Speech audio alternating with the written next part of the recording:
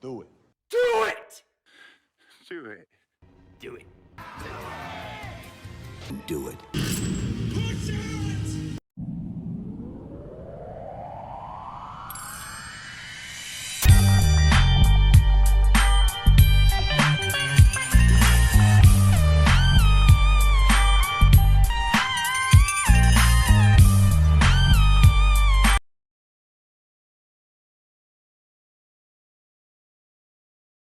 Bolt, you little shit stain. I did it. I bloody did it. I played Hades, the game everyone was yapping about, the game that beat Doom Eternal for Best Action Game of 2020 back at the Shame Award. I did it. Are you all happy now? It's done. Nah, but seriously, before I begin, a special thank you to Bolt9236 for his incessant nagging, and to my buddy Kyle Phantom for gifting me the game. Cheers, boys. I appreciate you fueling my unhealthy video game addiction and the rage I harbor towards them. So anyway, Hades is a game that came from seemingly out of nowhere by Supergiant Games, which is kind of an ironic name given the actual size of the studio. 20 people, just 20, made one of the most successful and highly rated games of 2020, and it was their first attempt at an early access game on Steam, which released back in 2018. And given how the game has been received since its early access launch, the small team at Supergiant Games succeeded with flying colors. Now, these guys have been around since 2009 and have already made 4 titles, including Hades, the others being Pyre, Transistor, and Bastion, which was such a good game I almost played it. I did, however, see it around the Xbox Marketplace. Oh, if only it was on Game Pass. But who knows, maybe one day. So what makes Hades so distinct from every other dungeon crawler hack and slash game? Why is it receiving so much praise, and what makes it so damn addictive? Quite simply put, it's the concept. It's a very basic concept, but one that can grab everyone's attention and keep them hooked. You play as Zagreus, the son of Hades, the god of the underworld, and the objective of the game is simple. You say, "Sayonara, Pops, I'm a big boy now," and you slice and dice, shoot, punch, scratch, bomb, dash, and smash your way to the surface and escape the underworld's depressing clutches. Okay, simple, right? But what's the catch, you ask? Oh, it's nothing really, except for the fact that if you die, you have to start the whole damn escape right from the very start of the game again. It's kind of ironic that Hades was competing with Doom Eternal at the Shame Awards, because you're essentially playing Ultra Nightmare mode every time you try and escape, except it's the opposite of Doom Eternal. You're trying to escape from hell. One of the most addictive aspects to Hades is that each escape attempt is different, by which I mean the majority of your journey and the resources and upgrades you accumulate along the way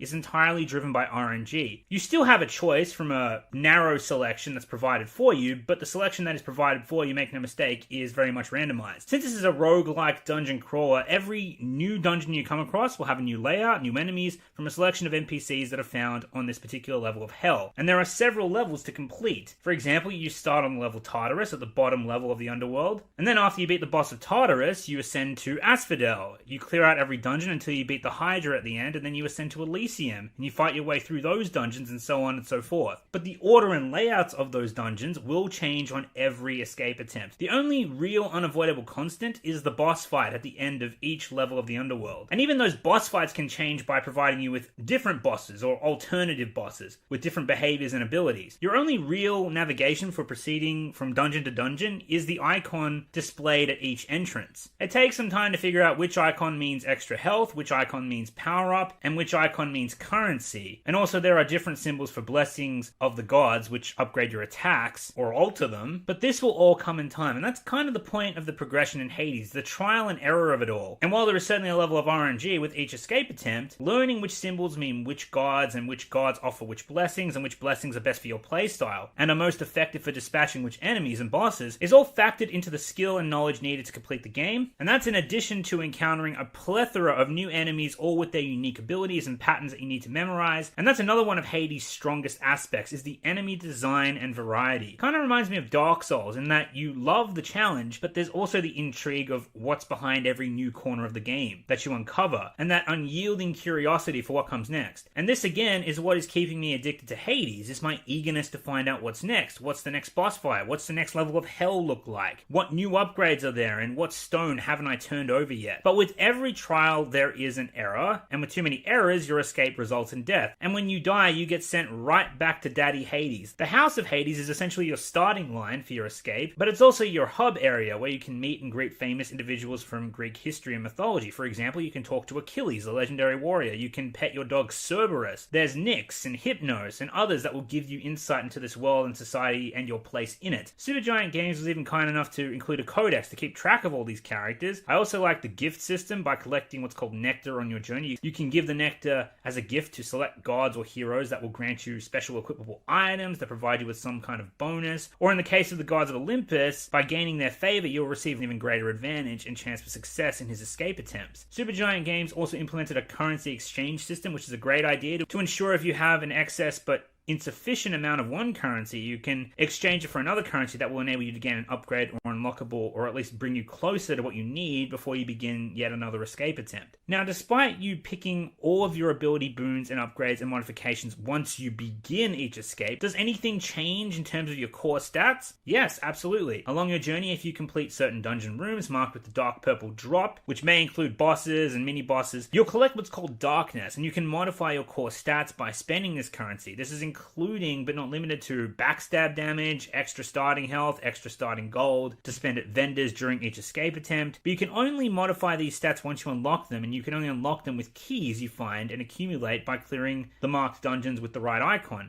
And this will open up more stats you can upgrade, so with every escape attempt, Zagreus goes in with more experience and with more advantages that will give him that extra small push to inch him just a little bit further to escaping the underworld. In addition to the core stats, the keys can be used to unlock new weapons, each with their own playstyle and their own strengths and weaknesses. There's the Stygian Blade, which is the sword you start off with, an all-purpose melee weapon for mid-range. The Shield of Chaos that allows you to power smash into multiple enemies at once and knock them into hazards, as well as allowing you to toss the shield for a chain attack like goddamn Captain America. The Eternal Spear is excellent for stabbing multiple enemies at once and grants you more range than the Stygian Blade. I recently unlocked Twin Fists, a weapon that attacks faster but does less damage with individual strikes, but are meant for chaining attacks together for massive damage. However, Twin Fists also has the shortest range, and landing the combos is key for damage output, so always be ready to move immediately after your combo is finished to avoid damage and reset for the next attack. My favorite weapon is the Heart-Seeking Bow. Power shotting from range in combination with the explosive shot boon is my favorite way to play and dispatch enemies, as well as combining the volley special attack with hungover damage is a great way to ensure you deal damage while avoiding it and resetting for the next power shot.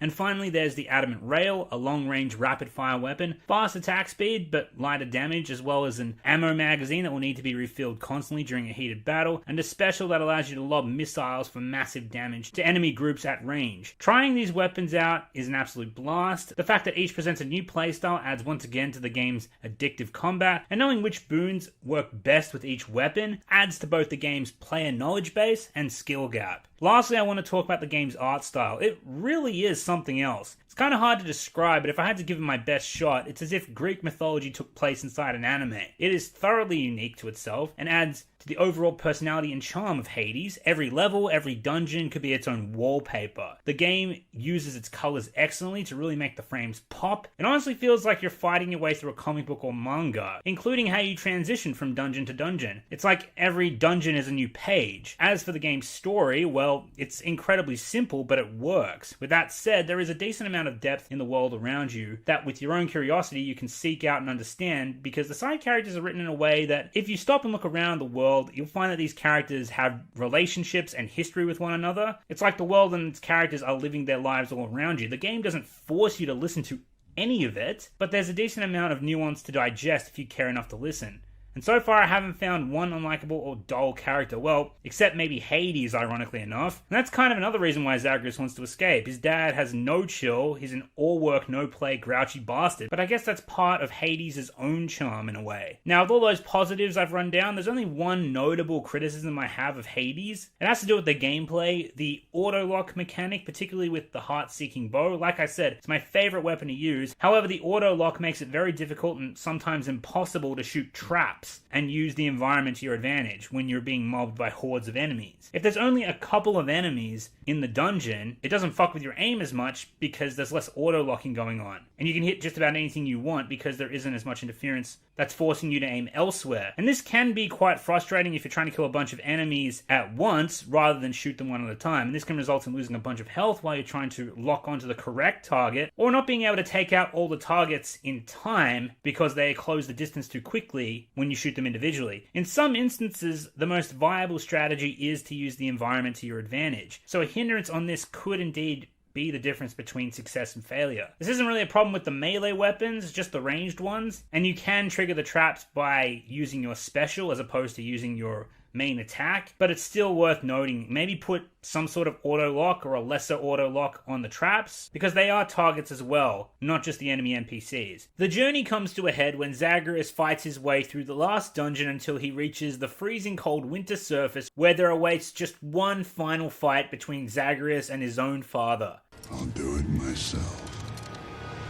I mean, I should have seen it coming since the name of the game is Hades, so it's obvious that he would be the final boss, but that doesn't make the climax of the game being a showdown with Zagreus' own father and the god of death himself to be any less cool. And given that this fight takes place at the end of your journey when Zagreus is as exhausted and depleted as possible, it serves as a very fitting challenge for a final boss, though admittedly I do think it takes a few cheap shots. For instance, the developers decided to give Hades a second life after you first beat him. Though I guess since Zagreus can use Death Defiance, it would make sense that Hades could as well. But anyone who knows me knows that I hate when additional NPCs are added to boss fights because it tells me that the devs couldn't come up with a very challenging boss on its own, so they have to artificially ramp up the difficulty. While it's true some of the other boss fights did this, it's the fight with Hades at the end where it was the most notably annoying.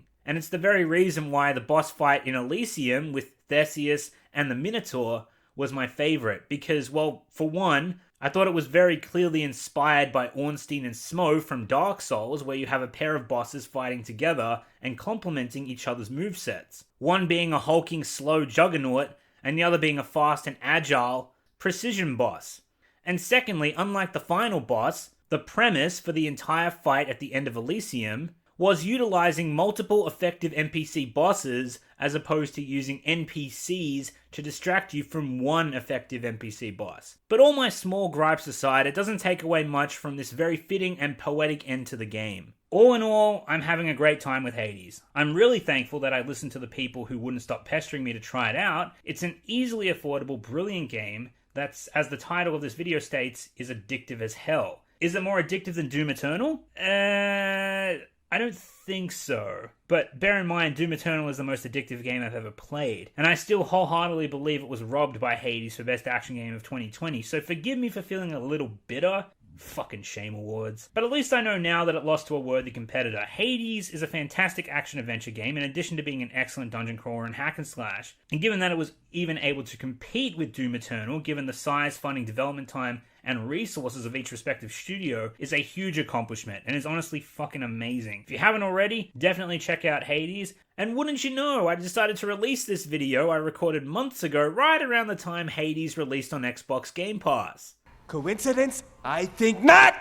So go and check Hades out. Go nuts, in fact, because if you're a Game Pass subscriber, it won't cost you a dime, and will keep you drooling for more for hours and hours and even more hours as you try and fail until you finally succeed. Thanks for checking out the video, everyone. Before I go, I want to give a huge shout out and thank you to my Patreon supporters for their contributions to the channel. Thank you all very much for your support.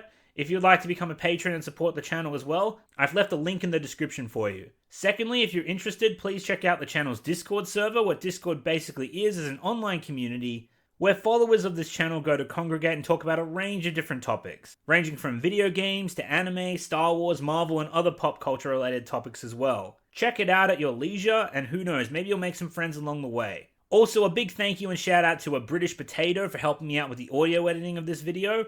I've linked his channel below. He makes great gaming content as well. Check him out as soon as you can. And finally, here's one last thank you for staying to the end of the video. You are a legend, and I'll see you next time.